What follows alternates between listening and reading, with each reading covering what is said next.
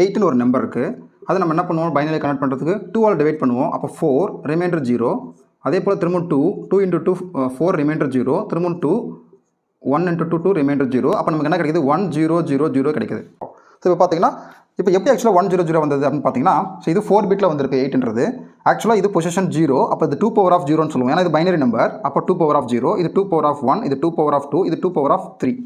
அப்போ என்ன சொல்லுவோம், 2 பவர் ஆஃப் 0ன்றதை நம்ம 1ன்னு எழுதிக்கலாம். நெக்ஸ்ட் 2 பவர் ஆஃப் 2ன்றது 2, 2 பவர் ஆஃப் 2ன்றது 4, இது 8. அப்போ 8 4 2 யூஸ் பண்ணி நம்ம இந்த 0 to 15 வரை ஈஸியாக நம்மளால் எழுத முடியும் பைனரியில். எப்படின்னு பார்த்தீங்கன்னா 0, அப்போ 4 0 போட்டால் முடிஞ்சது. நெக்ஸ்ட்டு 1 இடத்துல மட்டும் நம்ம 1 போட்டால் போதும்.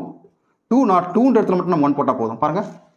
அதே போல் 3னா என்ன, 2 3 ஆட் பண்ணால் தான் நமக்கு 3 கிடைக்குது. அப்போ 2 இடத்துல 1 இடத்துல 1 போட்டால் நமக்கு போதும். அப்போது 0 0 1 1. ஸோ 4னா என்ன, 4 இடத்துல 1 போட்டால் போதும்.